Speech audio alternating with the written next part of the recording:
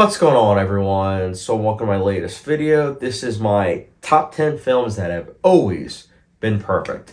Now this video is going to need a little bit of explaining because I don't think I've seen anyone really do this type of video, but it's something that I've been wanting to do for a month or two now, which is why here we are and I'm finally doing it. So, bit of background information. So, if you're a film buff or, someone that likes TV shows, you'll know that a lot of times over the graduation of time, there'll be a film that you said to yourself, you know what?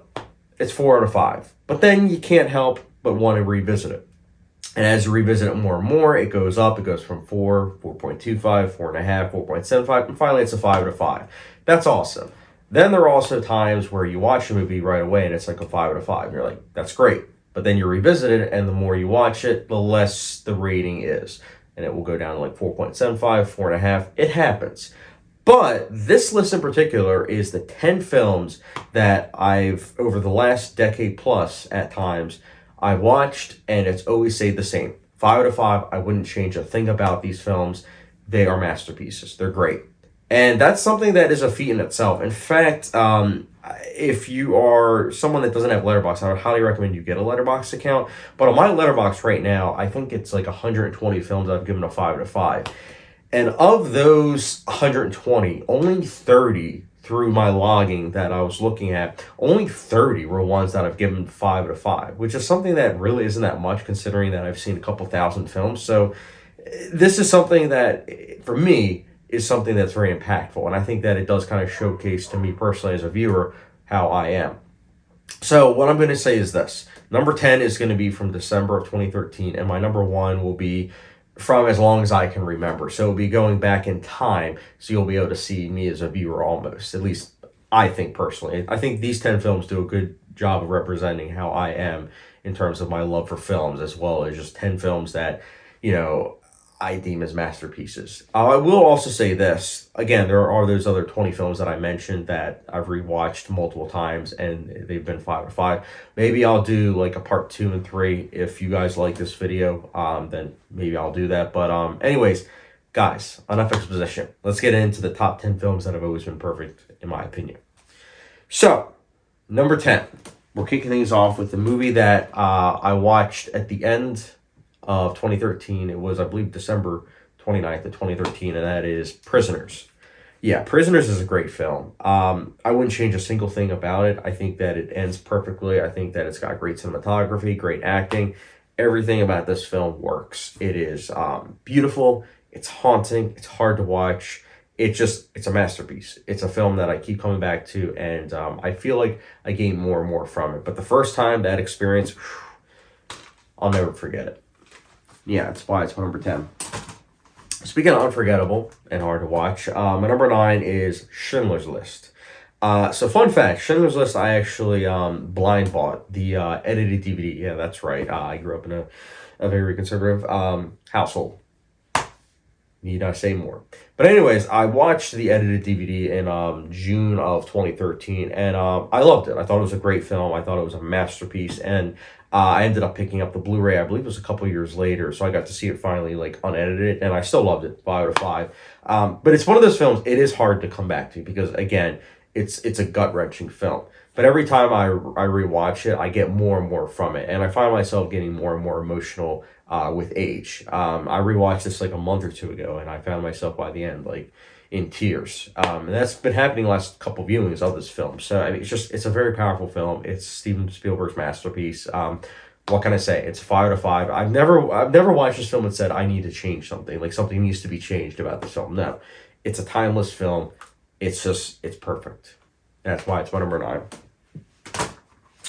Next up, my number 8. I would argue this might be the film that got me really into nonlinear storytelling. It blew my mind, still does to this day.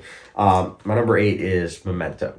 This was another film that, similar to Schindler's List, 2013, I blind bought the edited DVD. And even though it was edited, I could still tell that it was a brilliant film. And then I ended up picking up, I think it was the DVD a couple years after, and I got to finally see it uncut. And I loved it. I thought it was a great film. And then I picked it up on Blu-ray, which you see here. And it's such a fascinating film. It's a puzzle box of a film. The nonlinear storytelling does such a great job of fitting not only the character, but also putting us as audience members into that character's headspace. And it just does such a great job. Another film that I haven't watched this and said this something needs to change. No, everything fits into place perfectly, like the best puzzles do. This is a great film. It is probably, yeah, I would say it's still my favorite Nolan film. It's a masterpiece. And that's why it's my number 8. Next up, my number 7. I think this might have been the film that really showcased me the power of being able to blend genres, but also just the ambition. And my number 7 is The Good, the Bad, and the Ugly. Yeah, this film, it's great. It's really great. And I actually watched this, the first couple times I saw this film, I saw the extended cut.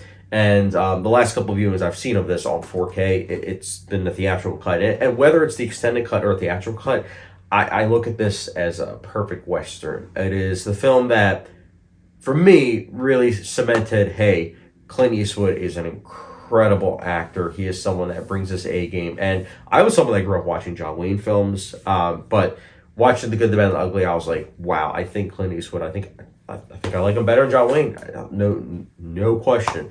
This is what really, really cemented the Western genre as one of my favorites. Although there is a film that you'll see later on in this list that got me more into like the modern Westerns. But this is the one that really kind of showcased to me, like, there was before The Good, the Bad, and the Ugly, like before you watch it, and then there's after. And ever since I've seen this film, it really helped open my eyes.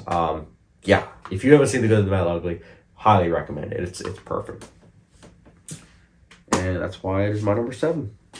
Next up, my number 6. I'll never forget watching this film because I remember my entire school, including myself, we went to the movies and we watched The Great Gatsby, and I didn't like it. So later on that day at school, I went into the library and I ended up watching this film on the computer. I know I should have done that, but I did. But my number 6 is The Godfather. Yeah, The Godfather, it's iconic for a reason, although I will say it is kind of funny how a lot of people misinterpret this film, saying it's like, oh, it showcases, family and the importance of such, as well as Don Corleone, he's so cool, and Vito, they're all so cool, and it's like, yeah, it's actually a deconstruction of family, and also it's not supposed to be cool. It's trying to showcase how this character chose family, and because of such, it ended up leading to his downfall. But interpret it how you will, if that's how you look at things. This is a film that really dissects not only just the genre, but also just these characters in such a way that's enriching. Yeah, it's almost 3 hours, but I am constantly blown away at just how, despite watching it over the duration of the last decade, I continuously find myself loving it even more. I didn't think it would be possible, but yeah, it is. It's a film that ever since I saw it, it's consistently been in my top 25, and it's gone higher and higher with each passing year. I love The Godfather. There's a reason why it's considered one of the best films ever made. If you haven't seen it, would highly recommend you watch it. Yeah, it's a masterpiece. And next up, we have my number 5, which is The Shawshank Redemption. So I believe this was one of my first R-rated films, top 5 at least in terms of like first R-rated films that I watched. And I just remember watching it and being transfixed at how this was a film that was so hard to watch, but by the end, I felt so emotional at how it was so uplifting and so incredible. The ending is just something that really comes full circle in a way that, to this day, I'm still incredibly moved by this film and with what it was able to do. This was definitely the film that, in case you guys don't know, I was someone that growing up I wasn't allowed to watch R-rated films, but this was something that was ingrained in my head that it's can't watch them and everything. But watching The Shawshank Redemption was a film that made me say, maybe it's okay. And ever since then, obviously I've been watching R-rated films, but like this is the one that started it all, where it was like, okay, I'm all in. Let me check out even more of these, kind of films. And The Shawshank Redemption, it's one of those films that whether it's someone that watched it a decade ago, such as myself, or watching it now on 4K, I just find myself moved every time in a way that I can't get over. I can't get over how great the pacing is, the character development, the narration. The narration works so well, the cinematography, which, speaking of which, I wanted to also throw out there, but The cinematography is something I've always loved, but I grew even more of an appreciation with the new 4K restoration because it does have like a darker hue to it in terms of the colors. And I do think that's important because it does match the tone quite well. So I highly recommend you get on 4K. But yeah, the Shawshank Redemption, it really affected me. And I find myself every single time watching it consistently being like 5 out of 5. No question about it. And for a while, it actually was my favorite film of all time. Just want to throw that out there as well. But yeah, it's my number 5.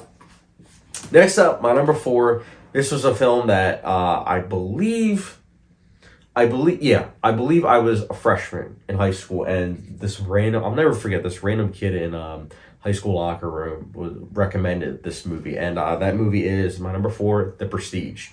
Shout out to that random high school. I don't even remember his name, but recommending this film, I decided that I was going to check it out because I would constantly also see it at the library, like the DVD cover. And it looked interesting. It looked very atmospheric and mysterious. And so I watched it. And I'll never forget because I watched it. I think I finished it at like 2 a.m. On a Sunday. So the next day I had to go to church and whatnot. But I couldn't help but throughout church just thinking about all the twists and turns. And it was like, blew my mind, honestly. And I think, again, I don't want to change history, but I'm pretty sure I rewatched it that very next day. And it's a film that I would show people, like a lot of my friends I would show because I couldn't get over how rewatchable this film is. And to this day, I can rewatch The Prestige at any point in time. I love this film. I think it gets better and better, especially when you look at the whole Edison and Tesla, debacle and how that in itself is a representation of two lead characters in this film. And they do such a great job of showing the parallels of that. This is a masterpiece of a film. It is one of... At this point, I can't really say underrated, but I do think that it is a film that I hope more people watch and come across because once you see The Prestige, man, it's a brilliant film. There's a reason why I give it a 5 out of 5. It works on all cylinders, and whether it was a decade ago or now, I love it. 5 out of 5. And yeah, that's why it's my number 4. Next up, number 3, I mentioned earlier about The Good, the Bad, and the Ugly and how there was a film that I saw before that really changed my view on terms of Westerns. And my number 3 is that film, which is True Grit, 2010. So True Grit 2010 is an interesting kind of situation. So as I mentioned earlier, I grew up watching John Wayne films. Westerns was something we always watched throughout the house and everything. But gritty Westerns, which are the ones that I now think about when I think of the genre, that wasn't really the case. We didn't really watch too many. So watching True Grit in theaters in January of 2011 blew my mind because it was one of the first films that I noticed like the sound effects, like the guns. It was just so impactful. Like I felt like I could feel it in the theater in itself. But not only that, I was just so impressed at the dark humor as well as the pushing of the PG-13 rating, like with the finger slicing. And also, this is a film that I watched the original growing up. But ever since I saw this, I never revisited the original. And I haven't wanted to because this film it works so well. Everything that you could want in a film is in this film. You want dark humor? This film has plenty of that. You want, plenty of themes that are very enriching and an ending that really is impactful and comes full circle with all those themes? You got it. This film has that. You want great acting? You have Haley Steinfeld and you have Jeff Bridges. They're incredible. Their chemistry is effortless. They work so well and they feed off each other with the dialogue in such a great way. Carter Burwell, great score. Everything you could want in a film, this film has. It is very entertaining. It's rewatchable. It's one of the best Westerns I've personally seen. I've heard some people say it plays it safe. I disagree 100%. This is a film that, again, whether it was over a decade ago or now, I can't help but say, screw it, 5 out of 5. Everything works. One of my favorite Coen Brother films. And just, like I said, Westerns in general. It really changed me. And yeah, 5 out of 5. But yeah, that's my number 3. Next up, my number 2. This is one I watched in May of 2010. And I watched this twice in, I think, the span of like 3 days with my parents. My number 2 is The Fugitive. Yeah, this is one of the best thrillers of all time. There, I said it. Harrison Ford, Tommy Lee Jones, they are incredible. Great cinematography, great score. Pacing is unbelievable. It's 130 minutes, flies by. Yeah, yet another example of a film that I've seen for over a decade. I've seen it, I think I've seen it like 2 dozen times. It's something like that. I watched this a lot as a teenager. And over the years, I've rewatched it from time to time, and I actually rewatched it like a couple months ago. Holds up. It's great. It's a great film. I can't help but every single time I watch it say, yeah, I wouldn't change anything about this. Everything works together. This is definitely one of the best action thrillers out there. If you haven't watched The Fugitive and you've been sleeping on it, would highly recommend you watch it on Blu-ray. I am hoping that it does get a 4K release, but on Blu-ray, it's no slouch, at least the new Blu-ray. The old Blu-ray, not so much, but this newer one does look a lot better. But yeah, check out The Fugitive if you haven't done so already. In my eyes, it is a 5 out of 5. No question about it, it has been since I first saw it all those years ago in May of 2010. But yeah, that was my number 2. My next up is my number 1, and this is a film that I don't know the exact date of when I first saw it, but it's a film that has been in my life since I can remember, so 20 plus years. But my number 1 is It's a Wonderful Life. Yeah, It's a Wonderful Life. It's a wonderful film. What can I say?